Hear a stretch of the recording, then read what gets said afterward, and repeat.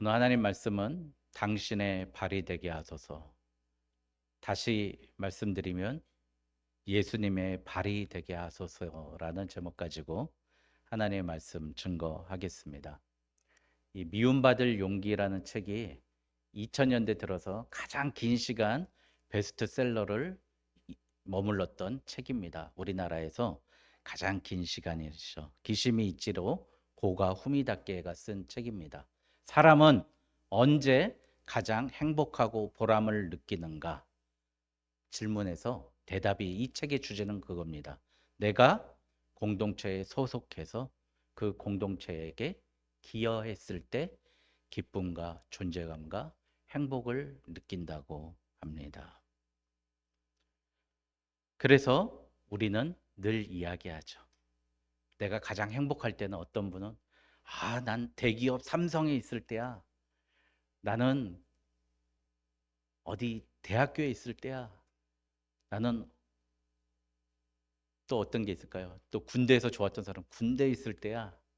또 가정에서 행복했을 때 다 과거에 어떤 행복한 기억을 말할 때는 우리가 가장 말할 때 내가 어느 교회에서 봉사했을 때 이렇게 행복했어라고 얘기하지 홀로 있을 때 행복했어라고 이야기한 사람 저는 한 번도 못 봤습니다.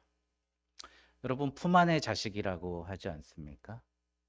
내 품에 있을 때 그를 먹이고 입히고 치우고 진자리 마른 자리 거둘 때 부모는 가장 행복했습니다. 왜요? 그에게 그의 삶을 기여하고 그를 돕고 그를 행복하게 만들었기 때문입니다. 그래서 우리는 라떼라고 얘기할 때 라떼는 이랬어라고 얘기할 때 항상 누군가의 소속이 있을 때였습니다. 반대로 불행한 사람들은 어떤 사람이에요? 늘 주변에 있는 사람이 이 책에서 나오는데요. 미움받을 용기에서 나쁜 그 사람, 불쌍한 나였을 때가 불행한 사람들의 전형입니다. 정신과에 치료받는 사람들의 대부분은 주변에 나쁜 사람밖에 없다는 거예요. 아버지가 나쁘고 엄마가 나쁘고 형이 나쁘고 학교 친구가 나쁘고 심지어 교인들이 나빠서 그렇다는 거예요. 그래서 항상 나쁜 그 사람, 불쌍한 나라고 소외될 때, 자기 스스로 자기를 소외될 때 가장 괴롭고 힘듭니다. 오늘 우리는 말씀의 주제는 바로 이겁니다. 내가 누구에게 소속되고 어떤 것을 기여할 것인가의 문제입니다. 오늘 제목 다 나왔잖아요. 예수님께 소속되고 예수님 안에 있고 in Christ 예수님 안에서 살고 예? to live 사는 것 그게 우리가 하나님 앞에서 가장 행복한 삶이라는 걸 우리가 좀 알았으면 좋겠어요.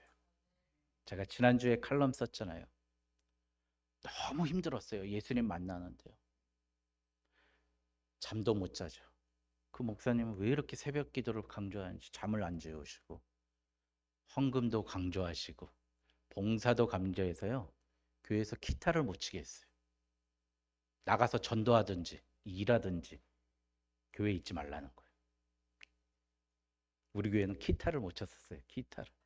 그 친구들을 만나니까 교회에서 기타 치는 게 그 교회에서 하는 일이더라고요. 그때 보니까. 목사님 있는 가만히 앉아 있는 꼴을 못 봤었어요. 그랬는데 목사님 그거 보니까 그거예요. 기여하라는 거예요. 봉사하라는 거예요. 남의 도움이 되는 사람으로 살려는 거예요. 심지어 노는 청년에게 이렇게 한 거예요. 너 팻말 만들어 갖고 나는 글씨를 줬습니다. 나는 뭐를 잘합니다. 5가지를 팻말을 달고 방학역 앞에 서 있어 보라고.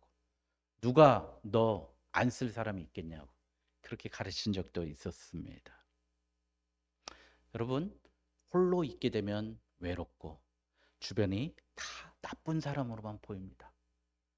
어제도 우리가 김치전을 구워서 먹고 비도 오는데 먹는데 전도하고 와서 하니까 너무 기쁜 거예요. 우리 사모님도 다시 돌아와서 교회가 이렇게 북적북적하고 그러니까 너무 좋다고 그렇게 이야기하더라고요. 우리가 왜 그렇게 살고 있죠? 우리 예수님께 소속돼 있기 때문이에요. 그리고 예수님의 나라와 그의 천국을 위해서 기여하기 때문입니다. 그런데 오늘 예수님께 소속된 게 사람이 아니라 나귀가 소속되었습니다. 나귀 한 마리가 예수님께 소속돼서 나귀 한 마리와 나귀 새끼가 쓰임을 받았다는 거예요. 여러분, 나귀 생각해 보면 우리 뭐 임금 님기는 당나귀기 하면서 일단 나귀가 좋은 동물이라고 우리가 알지는 않잖아요. 우리 지난 가을에 그 철원에 그 농원에 갔을 때 나귀 새끼 봤잖아요. 엄청 시끄럽고요. 엄청 사람들 달라붙고 먹을 거 달라고 그러고 나귀들이 그럽니다. 그리고 나귀들은 어떠죠? 이쁘지도 않잖아요. 머리가 커요.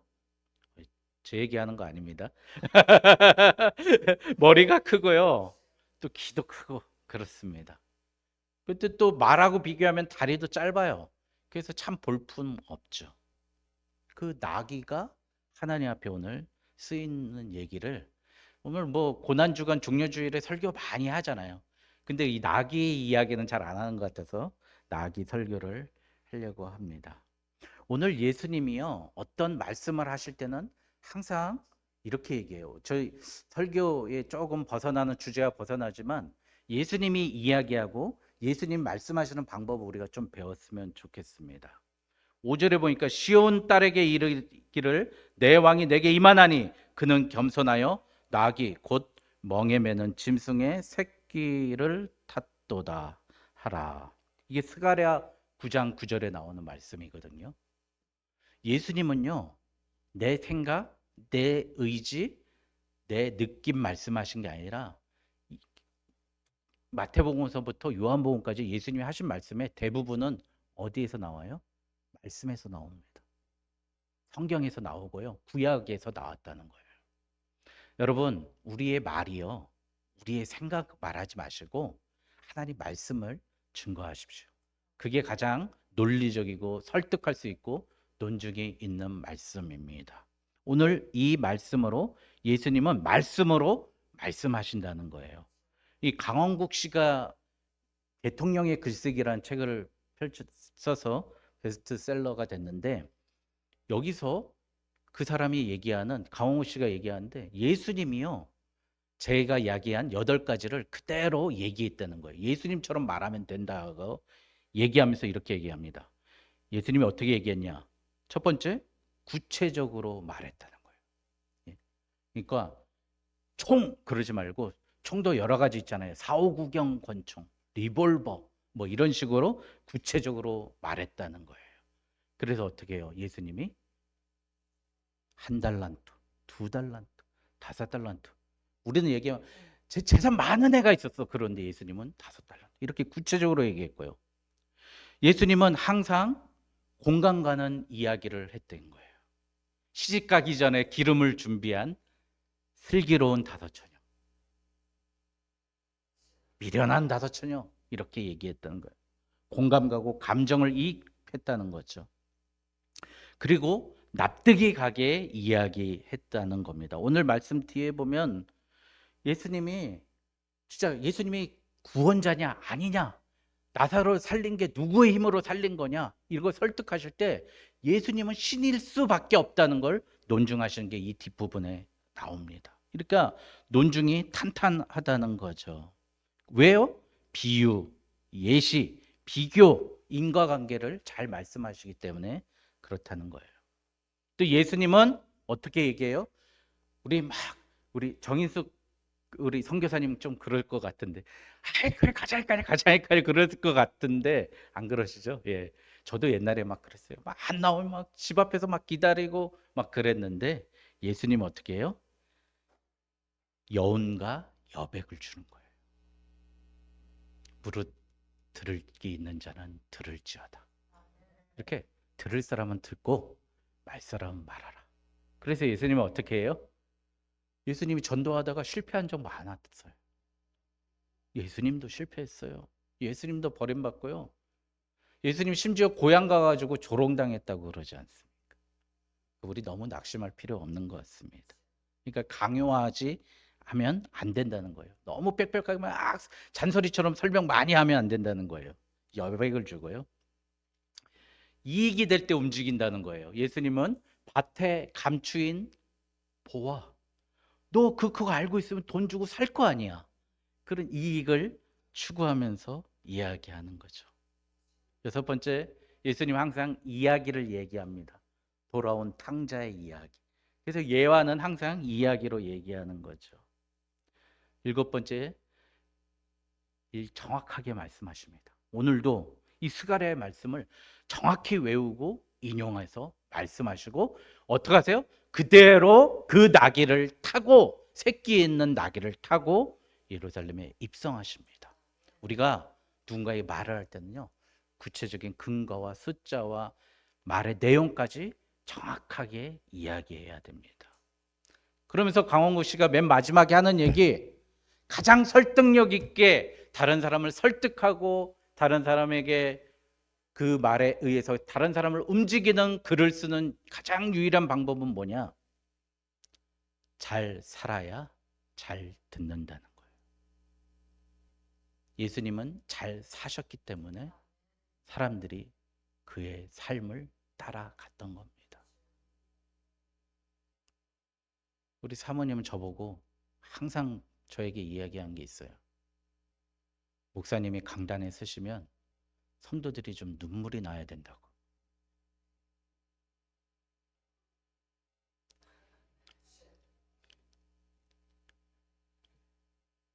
제가 예수님처럼 십자가 지고 고생하고 고난을 당해서 우리 성도님들이 저를 봤을 때 눈물이 나는 거.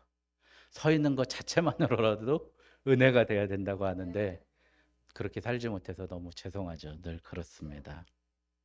그런데 마지막이 그거예요. 강홍우 씨가 잘 살아야 잘 듣고 잘 쓰고 잘 새겨 듣는다는 겁니다.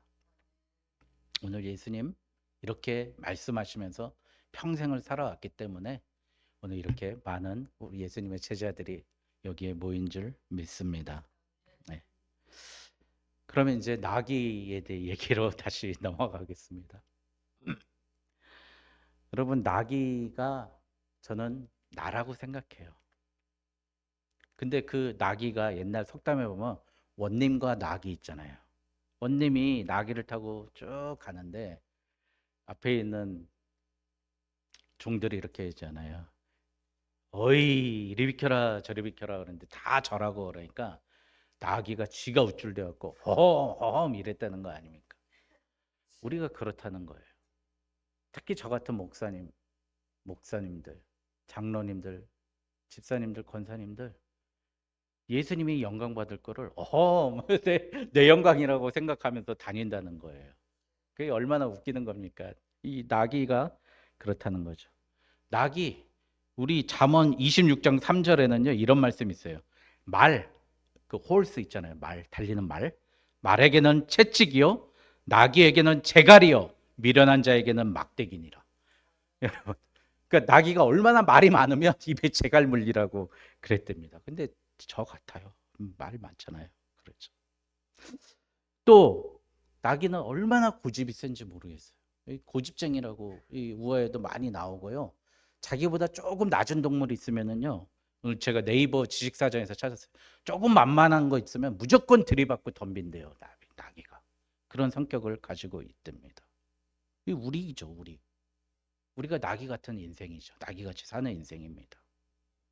근데 나귀와 정반대로 살았던 사람이 있었는데 여러분 잘 아시는 마태복음 3장에 나오는 세례 요한입니다. 그 외치는 자의 소리. 그가 뭐라고 얘기해요? 나는 소리밖에 안 돼.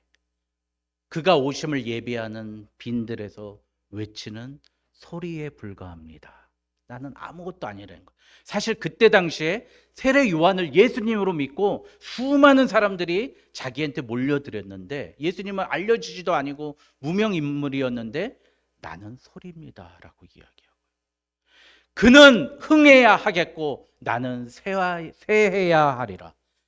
그는 성공해야 되고 나는 망해야 된다라고 이야기한 게 세례 요한입니다. 이 나귀의 삶과 전혀 다른 삶을 살았습니다. 우리 많은 설교 중에 이해할 때 뭐예요? 우리가 하나님 앞에 통제받으면 야생마가 아니라 경주마로 살 수 있습니다라고 얘기 많이 하잖아요. 우리의 기질과 성질과 못된 습관들, 나쁜 버릇들 하나님의 그 채찍으로 통제될 때, 예? 경주마로, 하나님 멋진 군마로 쓸 수 있다는 겁니다. 그러면 우리가 어떻게 하면 예수님이 사용하실 나귀가 될 수 있을까요? 오늘 말씀을 보면서 보겠습니다. 이 마가복음 11장에도 똑같은 말씀이 나오는데요. 너희는 맞은편 마을로 가라. 그리고 들어가면 곧 아직 아무도 타보지 않은 나귀 새끼가 매여 있는 것을 보리니 끌고 오라. 첫 번째, 여러분, 신앙이라는 것, 예수님께 속한다는 것은 내가 아는 길을 가는 게 아니라 한 번도 태워보지 못한 우리 예수님 모시고 가는 길인지 믿습니다. 여러분, 내가 평생 이렇게 살았는데 어떡합니까? 라고 하지 마시고 이제 한 걸음, 용기의 한 걸음 내디디시기 바랍니다. 저는 기도는 못하는 사람입니다. 아니에요. 한번 기도해 보시고 기도의 응답 한번 받아보세요. 그게 얼마나 행복하고 소중하고 귀한지 아실 겁니다. 나는 전도 못하는 사람입니다. 그러면 내 삶이 엉뚱한 쪽으로 전도됩니다. 여러분, 전도하십시오. 여러분, 전도해야 하나님이 가장 천국에서 기쁜 생명의 면류관, 이 땅에서도 전도하는 분들, 전도 왕들 보면은요, 제가 대학교 때 우리 교수님도 마찬가지인데 그분 맨날 대학 교수인데도 수원역 앞에서 전도하시고 천안역 앞에서도 전도하시는 교수님이시거든요. 근데 거기 교수의 협의에 뭐 하면 맨날 1등이에요. 맨날 1등. 전도하는데 1등 하더라고요. 여러분, 새 길을 걸어보는 거예요. 여러분, 창세기 12장 1절에서 여호와께서 아브라함에게 이르시되 너는 너의 본토 친척 아비 집을 떠나 내가 내게 지시할 땅으로 가라. 너 아는 길로 가 한 게 아니라 내가 앞으로 너한테 지시할 테니까 일단 넌 출발하라는 거예요. 출발하라. 여러분, 알고 가는 사람 하나도 없습니다. 아까도 얘기했지만 우리 엄마 아기 키우는 거 알아서 키웠습니까? 아니죠. 사랑으로 키웠잖아요. 사랑으로 먹였잖아요. 사랑으로 입혔잖아요. 더 웃긴 건 이 할머니는요. 엄마는 아기가 옹알거리는 뜻을 모르는데 할머니는 어떻게 다 알아듣고 다 해주시는 거예요. 희한한 거예요. 다 키워보셨으니까 아시더라는 거죠. 여러분, 우리 모르는 길 예수님 사랑하면 되는 줄 믿습니다. 사랑하면 그 길 갈 수 있습니다. 오늘 한 번도 태워보지 못한 예수님이 그 창피하게 걔가 사고 쳤고 예수님 떨어뜨리면 어떡합니까? 근데 예수님 그걸 쓰신다는 겁니다. 여러분, 우리를요, 하나님 아무것도 할 줄 모르는 우리를 쓰겠다는 거예요. 아무것도 할 줄 모르고 경험도 없고 능력도 없는 나를 사용하셔서 하나님 그 십자가의 능력의 그 십자가로 보내시겠다는 겁니다. 골로새서 3장 10절에 새 사람을 입었으니 이는 자기를 창조하신 자의 형상을 쫓아 자식에게까지 새롭게 하심을 지식에까지 새롭게 하심을 받는 자니라. 오늘 우리는 새 사람을 입어서 우리의 지식까지도 새롭게 하심을, 우리의 지식이 과거의 세상 지식이 아니라 하나님이 주신 지식으로 새로워진다는 것입니다. 두 번째, 오늘 말씀해 보니까 새끼를 나귀와 나귀 새끼를 끌고 와서 7절에 두 번째, 새끼의 짐을 지십시오. 오늘 그 새끼 데리고 왔다는 거예요. 누구든지 나를 따라오려거든 자기를 부인하고 자기 십자가를 지고 나를 따를 것이니라. 여러분, 다 내가 예수 믿겠다고 하지만 예수 믿는 데 있어서 감당해야 될 책임이 분명히 있지 않습니까? 가정을 돌봐야 되고요. 남편으로서, 아내로서, 아버지로서, 형제로서 지켜야 됩니다. 돌봐야 됩니다. 여기 나귀도 나귀 새끼 같이 데리고 왔다는 거예요. 저는 절대 그거는 이해할 수 없어요. 예수 믿었다고, 내가 예수님과 함께 한다고, 사명의 자리에 섰다고 가족 버리고 새끼 버리고, 그걸 영적으로 버리는 것부터 우리 조심해야 됩니다. 나만 잘 믿으면 됩니까? 아니에요. 우리 새끼도 예수님께 끌고 오십시오. 책임져야 됩니다. 우리 가족들 예수님께 끌고 와야 됩니다. 내가 예수님 등에 업고 걸어가는, 죽고 헌신하고 예수님의 발이 되는 모습 보여줘야 됩니다. 그래야 그들이 돌아올 줄 믿습니다. 여러분, 그 짐이 너무나 많은 사람들이 있었어요. 이 톨스토이는요, 그 삶의 짐이 누구였냐면 아내였어요. 아내가 되게 미인이었다 그래요.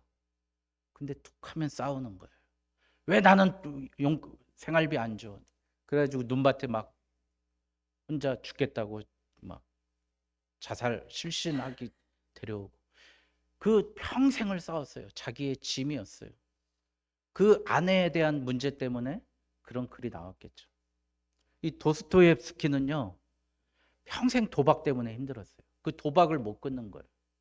근데 그거를요, 아내를 만나서 끊게 됩니다. 도박을 하고 다 잃고 오니까 아내가, 대단한 아내죠. 어디서 돈을 구해왔는지 모르겠지만, 당신 다 잃고 왔어? 가서 또 해봐.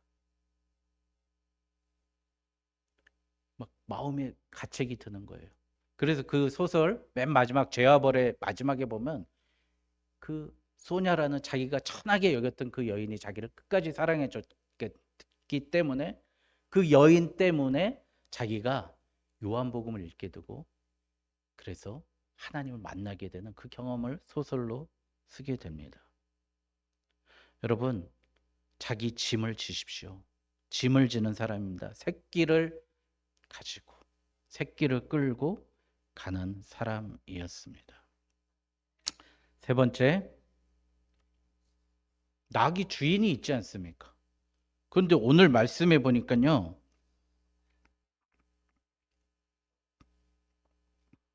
주께서 쓰시겠다 하니까 어떻게 해요? 주인이 그 나귀를 내줬다는 거예요. 주인이 당신들 무엇입니까? 그러니까 주가 쓰시겠다 하니까 주인이 예수님께 그 나귀를 내줬습니다. 그래서 이때부터 그 주인은 누가 돼요? 나귀의 주인은 그가 아니라 예수님이 주인이 되는 겁니다. 여러분, 우리가 예수를 믿고 예수의 사람이 된다는 거, 내 주인이 바뀌는 겁니다. 여러분, 솔직히 얘기해 보세요. 우리 주인이 무엇입니까? 누구입니까? 우리 돈 때문에 움직이고, 내 육신 때문에 움직이고, 관계 때문에 움직이고, 내 자랑 때문에 움직이지 않습니까? 그런데 생각해 보세요. 나귀가 원래 있었던 그 주인을 만났다 그러면 어떻게 살았을까요? 평생 나무 집만 지고 집만 지면서 사는 인생이었을 거예요. 그런데 나귀가 주인이 바뀌니까 어떻게 해요? 예수님 메고 가는, 성경에 끝없이 나오는 그 나귀로 살았다는 거예요. 여러분, 우리의 주인이 누굽니까? 우리 돈에 짐지고 삽니다. 돈이 주인이면 우리 돈에 짐지고 살고요. 우리 권력에 짐지게 되면 권력에 짐지고 살고요. 그 짐을 지고 살다가 그냥 나중엔 고기로 그냥 잡혀 먹혀서 그렇게 죽게 되는데, 예수님의 짐을 지고 예루살렘 그 십자가까지 나가는 거죠. 주인이 바뀌는 거는 거죠. 주인이 바뀌어야 우리의 삶이 바뀐다는 겁니다. 예수님을 태우고 예수님의 십자가로 짐을 지고 가는 인생이 가장 행복한 인생입니다.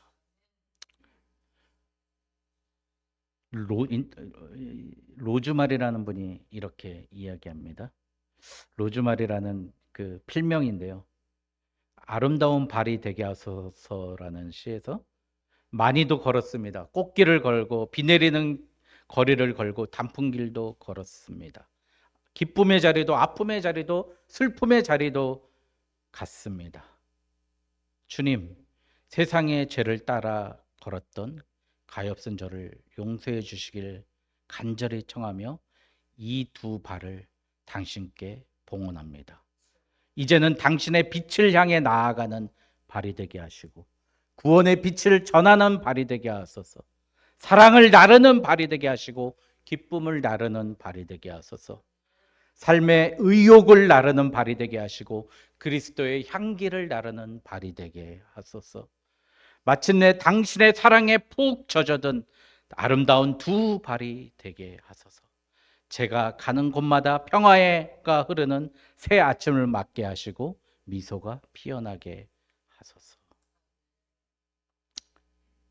이 시의 모티브가 된 게 이사야서 52장 7절입니다. 얼마나 아름다운가. 산 위에 서서 기쁜 소식을 전한 이의 저 발. 산 위에서 예수 그리스도의 기쁜 소식, 우리 하나님의 능력을 전하는 입이 아니라 저 발이라고 그럽니다. 오늘 나귀가 예수 그리스도의 발이 됐습니다. 평화를 선포하고 기쁜 소식을 전하며 구원을 선포하는 그 발로 우리가 나아가야 될 줄 믿습니다. 말씀을 마무리하려고 합니다. 제가 20대 청년들을 상담하고 보면서 이런 걸 많이 느껴요. 공통점이 있어요. 아빠가 아침에 나가고 밤에 오고 월급날 20일이면 용돈을 5만 원을 주고, 그런 아이는 문제를 안 익히더라고요. 근데 아빠가 일하는 날이 있다가 집에서 계시는 날이 있다가 수입이 일정치 않다가 어느 날은 기분 좋다고 10만 원 줬다가 어떨 땐 몇 달씩 주지도 않고 심지어 준 것까지 뺏어가는 아이들 보면 심리 상태나 학업 성적이나 모든 게 불안정하더라고요. 왜 그럴까요? 주인을 잘못 만나고 부모님을 잘못 만나서 그런 거예요. 여러분, 저는 의정부 순복음교회 다니면서 거기서 대학부 간사를 하는데요. 그때 막 큰 교회잖아요. 거의 한 10,000명 되잖아요. 가장 안타까웠던 게 뭐냐면 이렇게 오후 예배 되면은 대기업에 심지어 서세현 씨까지 와서 막 간증하고 설교하고 그랬어요. 그런데 그 사람들의 우리의 개인의 삶은 하나도 나아지지 않은 거예요. 우리 대학생 청년들의 삶은 하나도 나아지지 않은 거예요. 실업의 상태로 계속되고 불안정한 직장의 상태로 계속되고 결혼도 안 되고 아무것도 안 되고 불편하게 살아가는 모습이 하나도 바뀌는 거 안 되는 거예요. 그런데 맨 앞에 서서 아멘 아멘 할 수 있습니다 하면 된다라고 이야기하는 거예요. 근데 안 돼요. 왜 안 되신지 아십니까?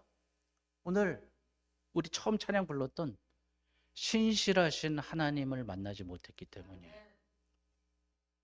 오늘 우리 예수님 뭐가 신실하다고요?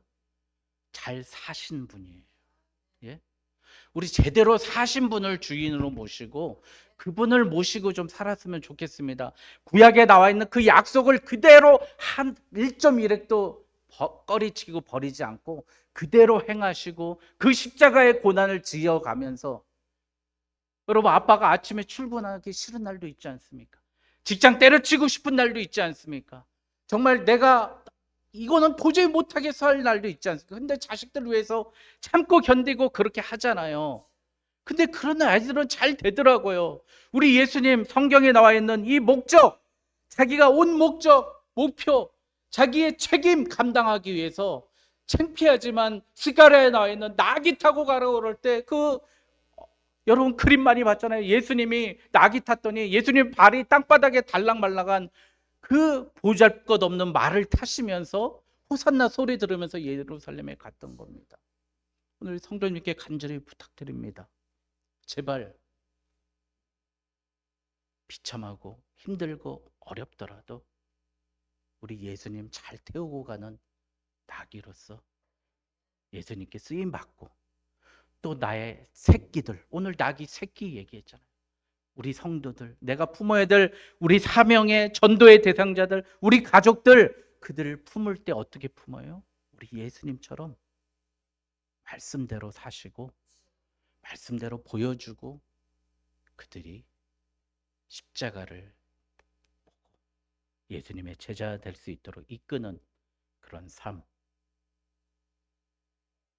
오늘 나기도 되지만 예수님처럼 성실하게 잘 사는 인생 되는 저와 여러분 되시길 주님의 이름으로 축원드립니다.